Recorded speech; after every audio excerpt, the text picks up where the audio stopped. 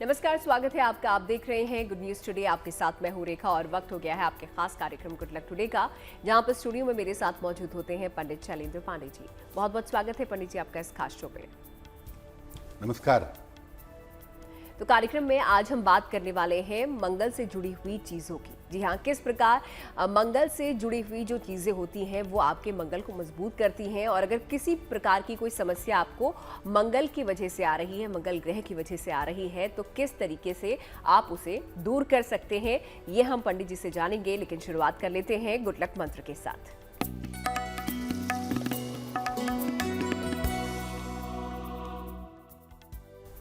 अगर आपके जीवन में मंगल की वजह से कोई समस्या है, मंगल की वजह से आप परेशान चल रहे हैं, तो भूमि पर बैठकर भोजन करिए, जमीन पर बैठ करके भोजन करिए, आसन बिछा करके, और भूमि पर ही बिस्तर बिछा करके शयन करिए या लो फ्लोर के पलंग पर सोने का प्रयास करिए।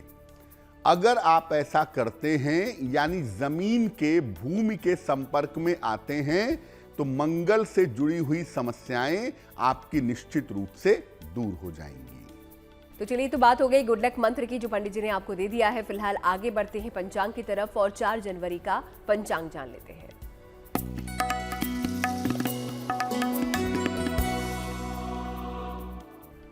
दिनांक 4 जनवरी 2023, दिन बुधवार, तिथि है पौष शुक्ल पक्ष की त्रयोदशी तिथि, नक्षत्र है रोहिणी नक्षत्र, शाम के 6:49 तक। चंद्रमा वृषभ राशि में संचरण कर रहे हैं। राहु काल का समय दोपहर के 12 बजे से 1:30 तक। उत्तर दिशा की तरफ यात्रा करने की मनाही है, लेकिन अगर यात्रा करना जरूरी है, मजबूरी है, तो जरा सा सौंफ खाकर और भगवान का स्मरण करके यात्रा करेंगे तो मुश्किल से बचे रहेंगे।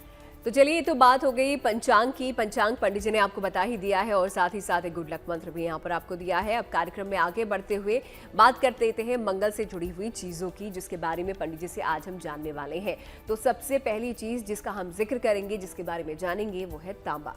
पंडित जी, तांबे का मंगल से क्या संबंध होता है और किस प्रकार इसका प्रयोग हमें करना चाहिए? देखिए, तांबा मंगल की प्रमुख धातु मानी जाती है। कॉपर जो है वो सामान्यतः मंगल की प्रमुख धातु है।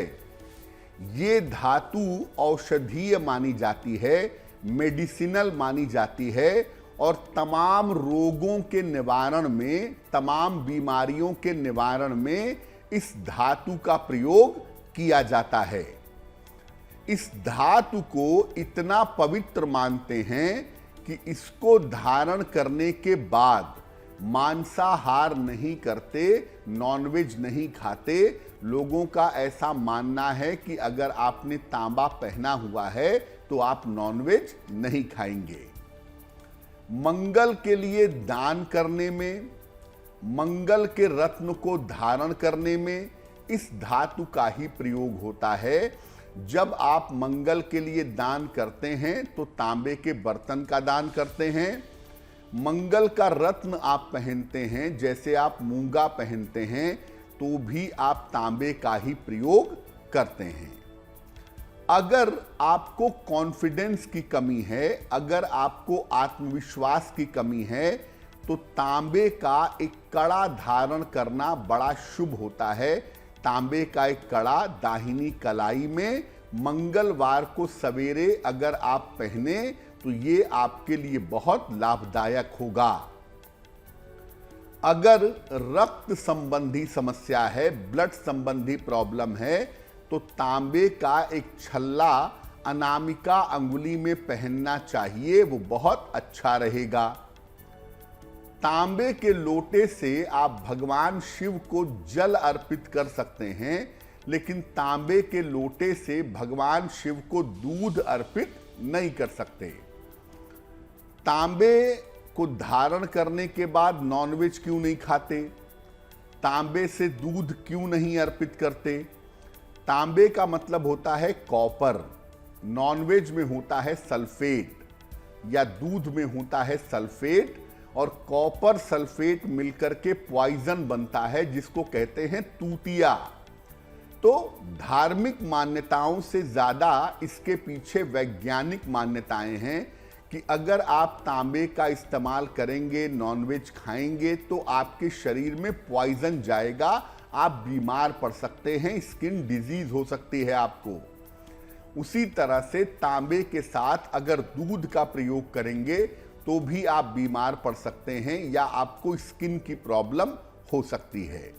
तो तांबे का प्रयोग आप जब भी करें उसके साथ नॉनवेज का या दूध का प्रयोग ना करें, इस बात का हमेशा ध्यान रखें। तो तांबा जो कि आपके मंगल से जुड़ा हुआ है, किस प्रकार उसका आपको प्रयोग करना चाहिए और कैसे वो जुड़ा हुआ है मंगल ग्रह से, ये पंडित जी से हमने समझा। और इसी तरह और भी चीज़ें हैं जो कि मंगल से संबंधित है, उनके बारे में हम पंडित जी से जानेंगे। फिलहाल राशियों पर नजर आ लेते हैं, देखते हैं मेष, वृष और मिथुन राशि का भाग्यफल।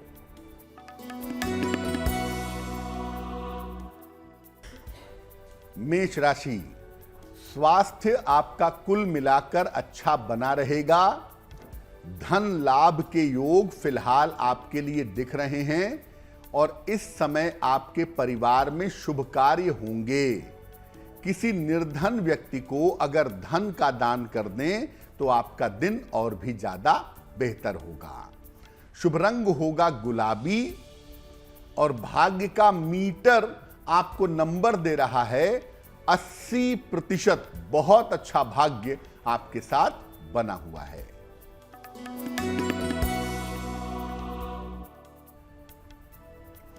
वृषभ राशि, धन की स्थिति आपकी ठीक रहेगी। कारोबार में आपको लाभ होगा। पारिवारिक समस्याएं आपकी समाप्त होंगी। भगवान गणेश की अगर आप उपासना करें तो आपका दिन और भी ज्यादा बेहतर होगा। शुभ रंग होगा क्रीम और भाग्य का मीटर आपको नंबर दे रहा है 90%। सबसे ज्यादा भाग्य आपके साथ बना हुआ है।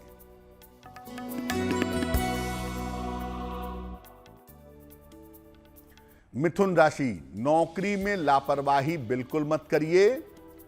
काम का बोझ थोड़ा बढ़ सकता है। धन के नुकसान से बचाव करिए। हरे फल का अगर आप दान करें तो आपका दिन और भी ज्यादा बेहतर होगा। शुभ रंग होगा धानी और भाग्य का मीटर आपको नंबर दे रहा है 60%। यानी मेहनत ज्यादा होगी, भाग्य थोड़ा कम रहेगा। तो चलिए, राशियों की बात तो हमने यहाँ पर कर ली है। मेष, वृष और मिथुन राशि के बारे में पंडित जी ने आपको बता ही दिया है, लेकिन आगे बढ़ते हैं अब सवाल की तरफ, यानी कि आप लोगों के ईमेल की तरफ। देखते हैं आज का जो पहला सवाल है हम किसका लेने जा रहे हैं पंडित जी। जी,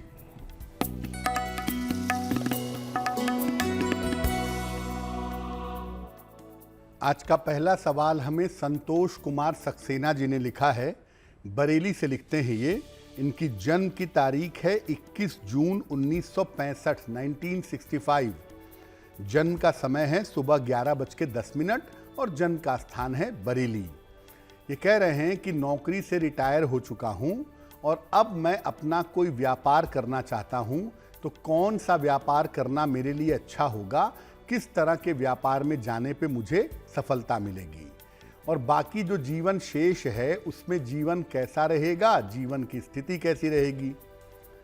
संतोष जी, सबसे पहले आपको बता दूं कि आपकी कुंडली में रिटायरमेंट के बाद भी आपके काम करने के और बेहतर व्यवसाय करने के योग बनते हैं।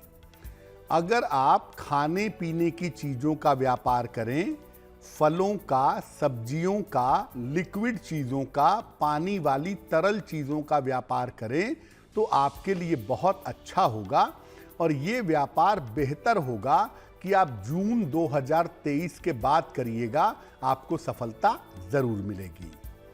आगे आने वाला समय आपका अच्छा है, उसमें कोई बहुत चिंता की बात नहीं है, लेकिन एक बात ज़रूर है कि जब तक बहुत ज़रूरी नहीं होगा कर्जा मत लीजिएगा, क्योंकि इस उम्र में कर्जे के चक्कर में फंसना आपको थोड़ा परेशान कर सकता है। इसलिए कर्जों से बचिएगा। बाकी आप व्यापार करिए, अच्छा रहेगा। कोई बहुत मुश्किल पैसे रुपए या जीवन को लेकर दिखाई नहीं देती है। क्या उपाय करें आने वाले वक्त को बेहतर बनाने के लिए?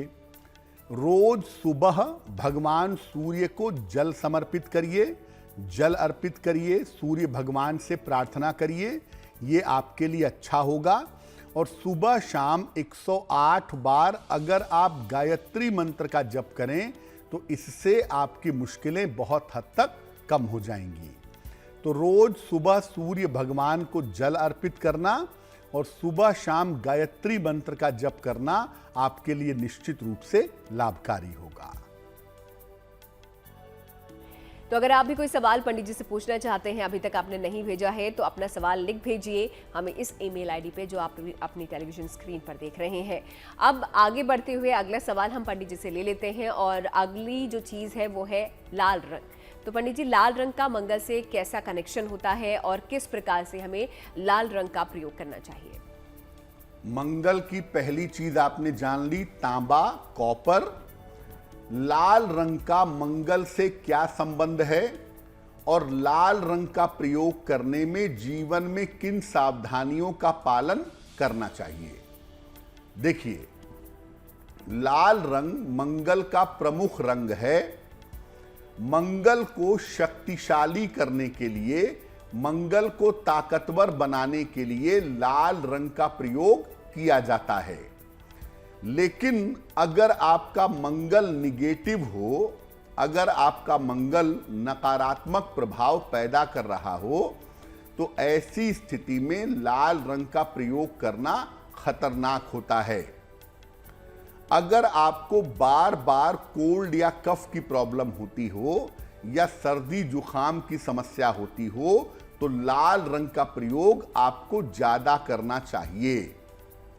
साथ ही साथ अगर आपको जोड़ों के दर्द की समस्या हो तो पैरों और हाथों के जोड़ों पर लाल धागा बांधने से आपको लाभ होगा। जैसे मान लिया कोई व्यक्ति बहुत ज्यादा आलसी है, किसी व्यक्ति के अंदर आत्मविश्वास की, ऊर्जा की कमी है, तो हम उसे कहेंगे कि भाई ज्यादा से ज्यादा आप लाल रंग का प्रयोग करें। अगर कोई व्यक्ति ऐसा है जिसको क्रोध बहुत आता है या जो बहुत एग्रेसिव है, तो उसको हम कहेंगे कि लाल रंग का प्रयोग कम करो। सामान्यतः आप देखेंगे कि मिथुन लग्न में, कन्या लग्न में, मकर लग्न में और कुंभ लग्न में, मिथुन, कन्या, मकर और कुंभ लग्न वालों को सामान्यतः लाल रंग का प्रयोग नहीं करना चाहिए, क्योंकि अगर ये लाल रंग का प्रयोग करते हैं तो इनके करियर में और इनके मैरिटल लाइफ में दिक्कतें हो सकती हैं। तो थोड़ा सा उस पक्ष का ध्यान जरूर दीजिए। कभी शौक के लिए पहन लिया तो पहन लिया, लेकिन अगर आपकी कुंडली में मंगल निगेटिव है तो लाल रंग पहनना आपके लिए खतरनाक हो सकता है। तो लाल रंग कैसे जुड़ा हुआ है आपके मंगल से और किस प्रकार सावधानी के साथ आपको उसका इस्तेमाल करना चाहिए अगर आपका मंगल कमजोर है, ये पंडित जी ने आपको बता दिया है। आगे बढ़ते हैं अब राशियों की तरफ, देखते हैं कर्क, सिंह और कन्या राशि का भाग्यफल क्या कह रहा है। कर्क राशि, करियर की स्थिति में आपके सुधार होता दिख रहा है। धन की प्राप्ति के योग आपके लिए बने हुए हैं। धार्मिक स्थान पर इस समय आप जा सकते हैं। किसी निर्धन व्यक्ति को अगर धन का दान कर दें तो आपका दिन और भी ज्यादा बेहतर होगा। शुभ रंग होगा पीला और भाग्य का मीटर आपको नंबर दे रहा है 70%, यानी मध्यम भाग्य आपके साथ बना हुआ है।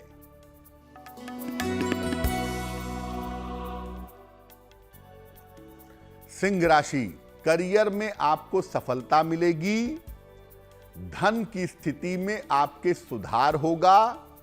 विदेश से, दूर से आपके लिए लाभ के योग बन रहे हैं। खाने पीने की वस्तु का अगर आप दान करें तो आपका दिन और भी ज्यादा शुभ होगा। शुभ रंग होगा लाल और भाग्य का मीटर आपको नंबर दे रहा है 80% बहुत अच्छा भाग्य आपके साथ बना हुआ है।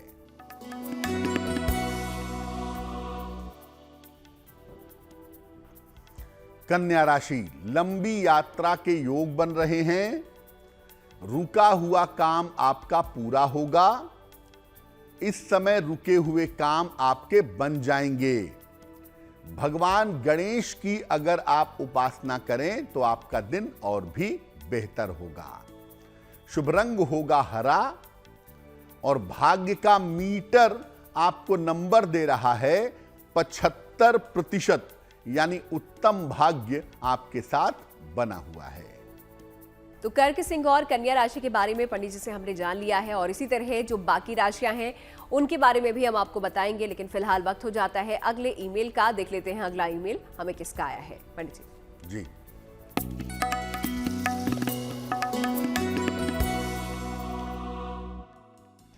अगला प्रश्न हमें हिमांशी ने लिखा है। हिमांशी हमें मुंबई से मेल लिखती हैं। इनकी जन्म की तारीख है 14 नवंबर 1990, 1990। जन्म का समय है दोपहर के लगभग 2:45 और जन्म का स्थान है मुंबई। हिमांशी लिख रही हैं कि इनका विवाह तय हो चुका है और वैवाहिक जीवन कैसा रहेगा इस बारे में जानना चाहती हैं और ये भी जानना चाहती हैं कि क्या भविष्य में ये विदेश में सेटल हो पाएंगी या नहीं हो पाएंगी।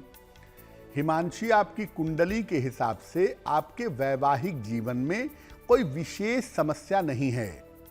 समस्या ये है कि आपको अपने स्वभाव का, अपने डोमिनेटिंग नेचर का थोड़ा सा ध्यान रखना होगा, क्योंकि बेवजह शासन करने की आदत, कमांडिंग टेंडेंसी, इनमें सुधार करना होगा।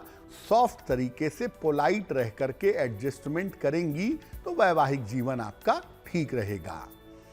2024 में आपके विदेश जाने के योग बनते हैं अपने पति के साथ और निश्चित रूप से आप विदेश में परमानेंटली सेटल हो सकती हैं। आपको कोशिश करनी चाहिए, आपके लिए बहुत अच्छा रहेगा। आने वाले समय में आपका वैवाहिक जीवन बेहतर हो, जीवन में किसी तरह की दिक्कत ना हो, उसके लिए 2 उपाय करें।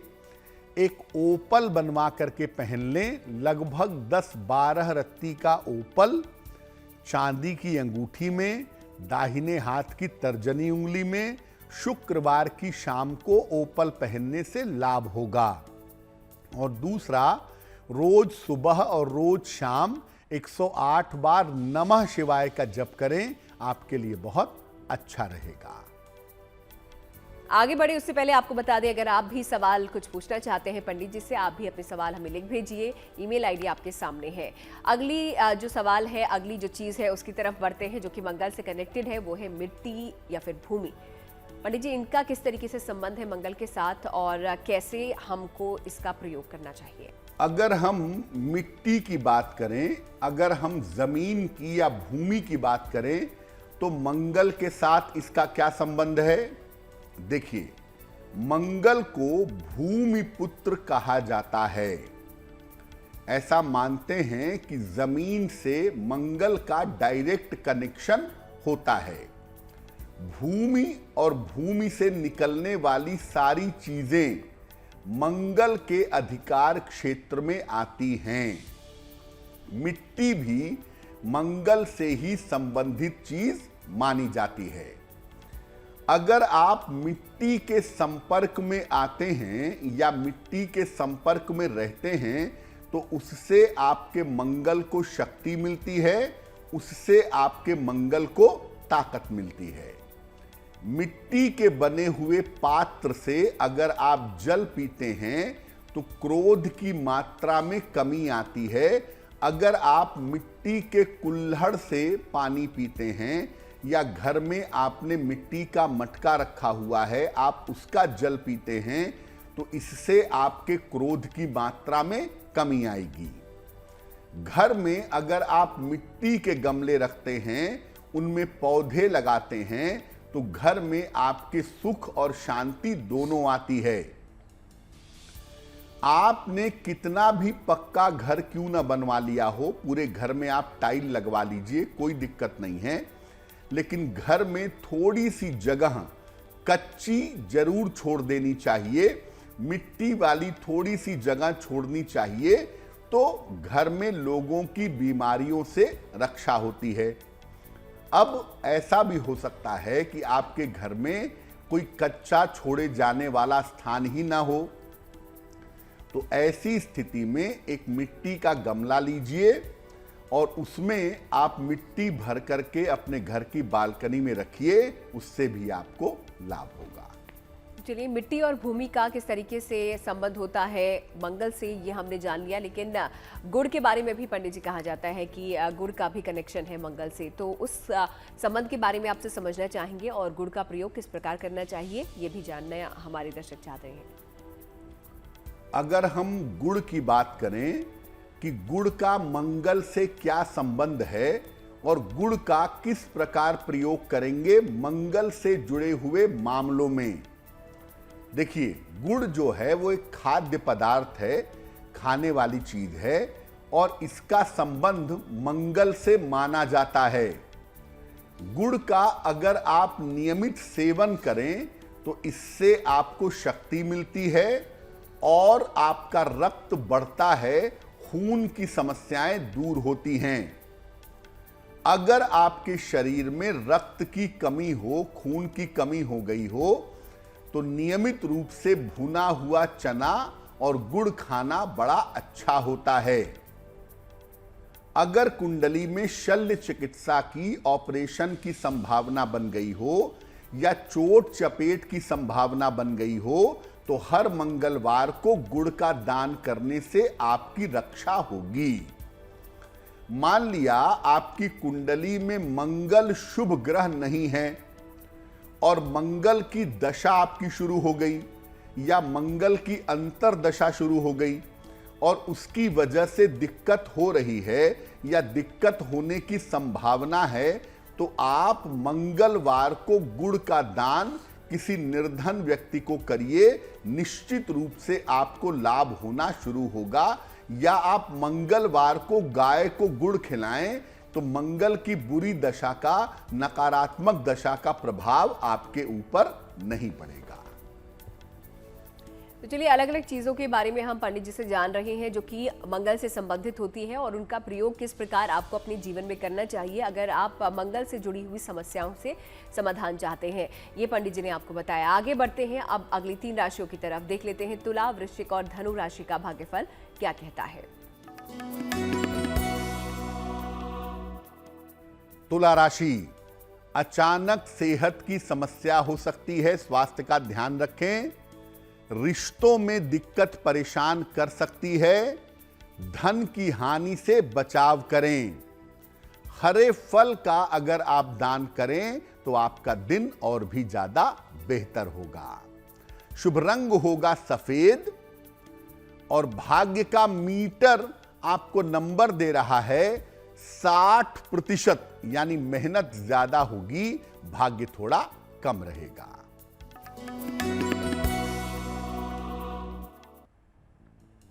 वृश्चिक राशि, धन की स्थिति में सुधार होगा, करियर की समस्याएं हल होंगी, कोई रुका हुआ काम आपका इस समय पूरा होगा। किसी निर्धन व्यक्ति को अगर धन का दान कर दें तो आपका दिन और भी ज्यादा बेहतर होगा। शुभ रंग होगा नारंगी और भाग्य का मीटर आपको नंबर दे रहा है 70%, यानी उत्तम भाग्य आपके साथ बना हुआ है।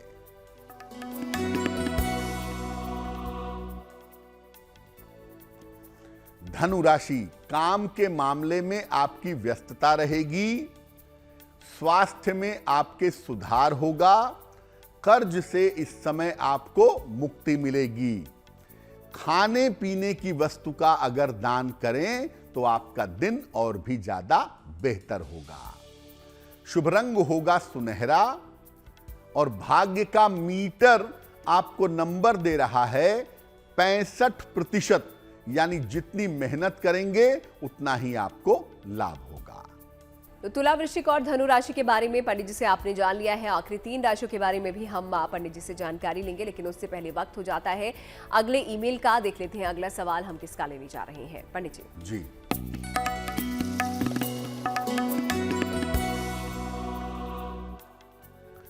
अगला प्रश्न हमें और बिंदो ने लिखा है, और बिंदो जी लिखते हैं हमें कोलकाता से। इनकी जन्म की तारीख है 17 जून 1984, 1984। जन्म का समय है रात के 10:30 और जन्म का स्थान है हावड़ा, पश्चिम बंगाल में। लिखते हैं कोलकाता से। अरविंदो जी हमें लिख रहे हैं कि वैवाहिक जीवन में दिक्कतें बहुत चल रही हैं और पत्नी कुछ समय से दूर चली गई हैं, अपने मायके में जा कर के रह रही हैं। तो क्या मेरी शादी चल पाएगी और आगे का जीवन मेरा कैसा रहेगा? अरबिंदो जी, आपकी शादी बिल्कुल चलेगी। सेपरेशन होने के कुंडली में कोई योग नहीं बनते हैं और वैवाहिक जीवन आपका आने वाले समय में बेहतर हो जाएगा। केवल शनि के बदलने का इंतजार करिए 18 जनवरी तक। 18 जनवरी के बाद से आपके वैवाहिक जीवन की मुश्किलें समाप्त हो जाएंगी। ये बात जरूर है कि वैवाहिक जीवन में वैचारिक तालमेल का अभाव है, विचार नहीं मिलते हैं, इसलिए बार बार आपसी तालमेल को लेकर के दिक्कतें पैदा होती हैं। क्या उपाय किया जाए? देखिए, सबसे पहले जानिए कि जनवरी के बाद से वैवाहिक जीवन ठीक होगा और आगे वैवाहिक जीवन ठीक चलेगा। दूसरी बात, सुबह और शाम दोनों समय शनि मंत्र का जप करिए। ओम शं शनैश्चराय नमः। ओम शं शनैश्चराय नमः 108 बार सुबह, 108 बार शाम को डेली। हर शनिवार को खाने पीने की चीज़ों का दान निर्धन व्यक्तियों में करिए। अगर ये 2 उपाय आप नियमित रूप से करते हैं तो आपके वैवाहिक जीवन की मुश्किलें दूर होंगी और आने वाले समय में दिक्कत नहीं होगी। तो चलिए, सवाल का ये सिलसिला आगे भी हम जारी रखेंगे। एक और सवाल आप लोगों का आज हम लेंगे, लेकिन अगर आपने हमें सवाल नहीं भेजा है, आप पूछना चाहते हैं कुछ, जल्दी से लिख भेजिए। ईमेल आईडी आपके सामने है। अब आते हैं अगली चीज पर, जो है जौ। जौ का मंगल के साथ क्या कनेक्शन है और इसका प्रयोग किस प्रकार आपको करना है, आइए जानते हैं। अगर हम जौ की बात करें तो जौ शुद्ध रूप से मंगल का अनाज माना जाता है। जैसे चावल चंद्रमा का अनाज है, वैसे ही जौ मंगल का अनाज है। अगर आप जौ का प्रयोग करते हैं तो ये शरीर को शुद्ध करता है और शरीर को विषमुक्त करता है, शरीर से विष को बाहर करता है, शरीर को ऊर्जा प्रदान करता है और रक्त को शुद्ध करता है। अगर आपको मुकदमे परेशान कर रहे हों या किसी मुकदमे में आप फंस गए हों, आपके सर पर तलवार लटक रही हो, तो थोड़ी सी जौ लीजिए, घर के किसी कोने में रखिए और उसको किसी भारी चीज से दबा दीजिए। ऐसा करने से मुकदमा आपके सर के ऊपर सवार नहीं होगा। अगर कर्ज आपका बढ़ता जा रहा है और कर्ज से आप परेशान हो रहे हैं, तो हर मंगलवार को बहते हुए पानी में जरा सा जौ बहाइए, बहुत जरा सा जौ हर मंगलवार को बहते हुए पानी में बहाइए। इससे कर्ज चुकाने में आपको सुविधा होगी। अगर मंगल की वजह से आपको सेहत की समस्या है तो जौ की रोटी खाना अच्छा होता है, या आपके घर में जो आटा आता है उसमें थोड़ा सा जौ का आटा मिलवा लीजिए और उसकी रोटियां आप खाइए। मंगल की वजह से अगर सेहत की समस्या है तो वो समस्या दूर होगी। जौ के बारे में एक बात और जानिए। एक लोटे पानी में जौ डाल करके रात भर रख दीजिए और सुबह उठ करके उस पानी को छान करके आप पी लीजिए। अगर आपको स्किन की प्रॉब्लम बार बार होती है या पेट में आपके बहुत ज़्यादा दिक्कतें रहती हैं या पेट की दिक्कतों से आप ज़्यादा परेशान होते हैं और पेट की वजह से स्किन में प्रॉब्लम हो रही है, तो इस उपाय को करने से आपकी पेट संबंधी जो दिक्कतें हैं या आपकी स्किन संबंधी जो दिक्कतें हैं वो दिक्कतें निश्चित रूप से दूर हो जाएंगी। तो जौ जो कि अमंगल से संबंधित है, किस प्रकार आपको उसका प्रयोग अलग अलग चीज़ों के लिए, अपनी अलग अलग समस्याओं के लिए करना है, ये पंडित जी ने आपको बता दिया है। अब आगे बढ़ते हुए आखिरी 3 राशियों के बारे में उनसे हम जान लेते हैं। देखते हैं मकर, कुंभ और मीन राशि का भाग्यफल क्या कह रहा है। मकर राशि, करियर से जुड़ी हुई जो भी आपकी समस्याएं हैं वो समस्याएं हल होंगी। रुका हुआ धन आपको प्राप्त होगा। उपहार और मान सम्मान की प्राप्ति होगी। किसी निर्धन व्यक्ति को अगर धन का दान कर दें तो आपका दिन और भी ज्यादा बेहतर होगा। शुभ रंग होगा आसमानी और भाग्य का मीटर आपको नंबर दे रहा है 75%, यानी उत्तम भाग्य आपके साथ बना हुआ है।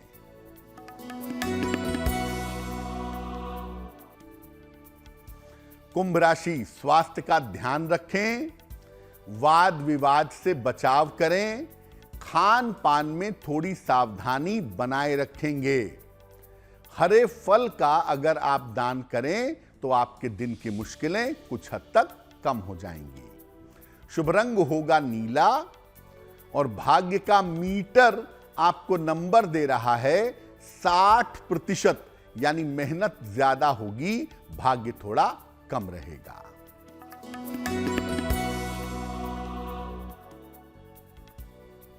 मीन राशि, वैवाहिक जीवन में सुधार होता दिख रहा है। शिक्षा के मामलों में आपको सफलता मिलेगी। यात्रा से इस समय आपको लाभ होगा।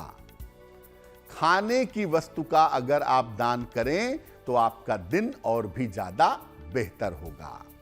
शुभ रंग होगा बैंगनी और भाग्य का मीटर आपको नंबर दे रहा है 70%, यानी मध्यम भाग्य आपके साथ बना हुआ है। तो ये तो बात हो गई सभी 12 राशियों की। पंडित जी से हमने जान लिया है कि अलग अलग राशियों का हाल क्या है, यानी कि आप लोगों का दिन कैसा बीतने वाला है। और इसी के साथ वक्त हो जाता है आज के आखिरी ईमेल का। देख लेते हैं आखिरी ईमेल हमें किसने भेजा है, उनकी समस्या क्या है। पंडित जी।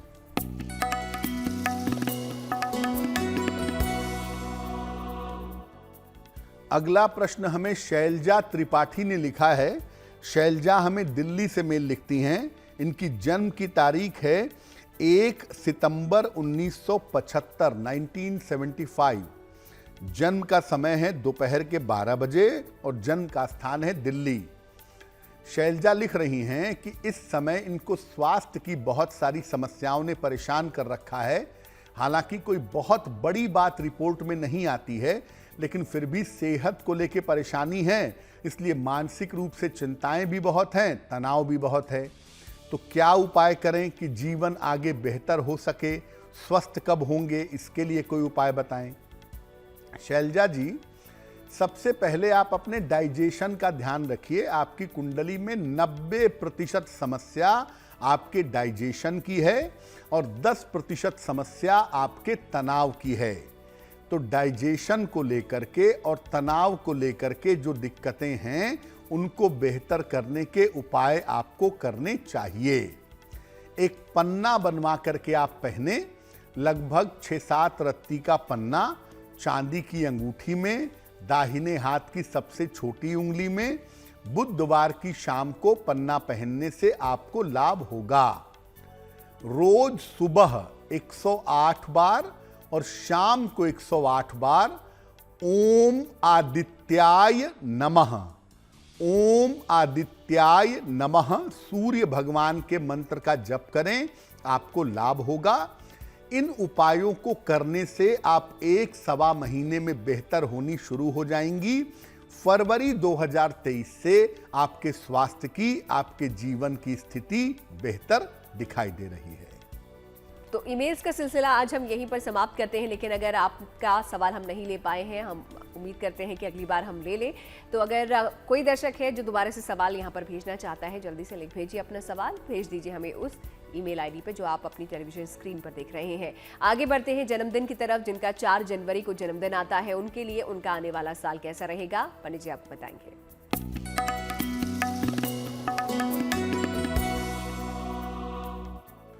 जिन लोगों का जन्मदिन 4 जनवरी को है उन्हें हम सबकी तरफ से जन्मदिन की हार्दिक शुभकामनाएं।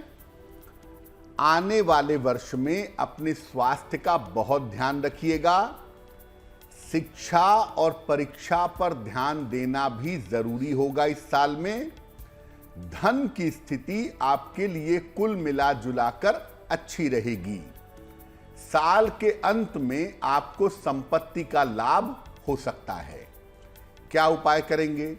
पूरे साल भर भगवान शिव की अगर आप उपासना करें तो ये वर्ष आपके लिए बहुत शुभ रहेगा।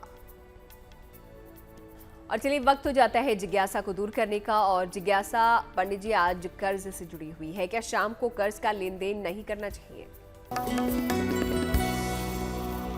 बहुत सारे लोग ऐसा कहते हैं कि सूर्यास्त के बाद न तो कर्जा लेना चाहिए न तो कर्जा देना चाहिए। क्या बात है ये? देखिए, शाम का समय लक्ष्मी पूजा का और लक्ष्मी आगमन का समय होता है। इस समय कर्ज का लेन देन बिल्कुल नहीं करना चाहिए सूर्यास्त के बाद, नहीं तो लंबे समय तक कर्ज की समस्या आपको परेशान कर सकती है। लंबे समय तक कर्ज की समस्या आपको हो सकती है। इसलिए सूर्यास्त के बाद जहां तक संभव हो कर्जा लेने देने से आपको बचना चाहिए। तो जिज्ञासा से जो जुड़ा हुआ सवाल था उसका जवाब हमें मिल चुका है पंडित जी से। और इसी के साथ हम आगे बढ़ते हैं शुभ पहर की तरफ। देखते हैं बुधवार 4 जनवरी की शुभ पहर क्या है पंडित जी।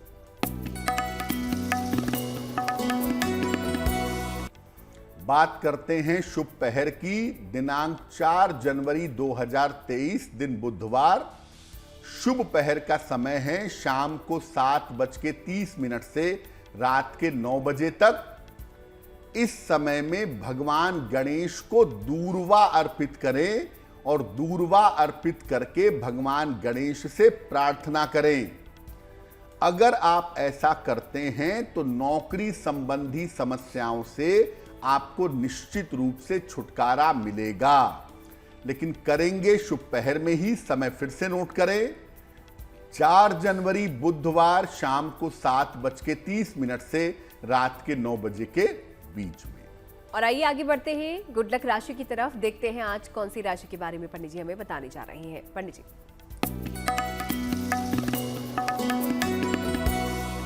हम आपको बता रहे हैं अलग अलग राशियों के ब्रेन के बारे में, दिमाग के बारे में। आज की जो गुड लक राशि है जिसके बारे में हम बात करेंगे वो है वृषभ राशि। इनका दिमाग गंभीर होता है और बुद्धि सामान्यतः तेज होती है, लेकिन बुद्धि को तेज रखने के लिए इनको लगातार मेहनत करनी पड़ती है। अक्सर क्रोध में और जिद्दी स्वभाव में इनकी बुद्धि काम नहीं करती और वहां पर ये अपना नुकसान कर बैठते हैं। क्या करना चाहिए? वृषभ राशि वालों को अच्छे दिमाग के लिए और अच्छी बुद्धि के लिए भगवान कृष्ण की उपासना करना सबसे ज्यादा शुभ होता है। और कार्यक्रम के आखिरी पड़ाव पर अब हम पहुंच चुके हैं और यहाँ पर पंडित जी से हम जानते हैं एक महा उपाय।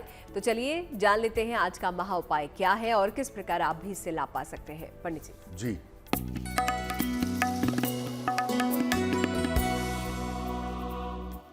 अगर आपके घर में बार बार इलेक्ट्रॉनिक्स की चीजें खराब हो रही हों, कभी टीवी खराब हो रहा हो, कभी फ्रिज खराब हो रहा हो, कभी आपका आयरन खराब हो रहा हो, क्या उपाय करें?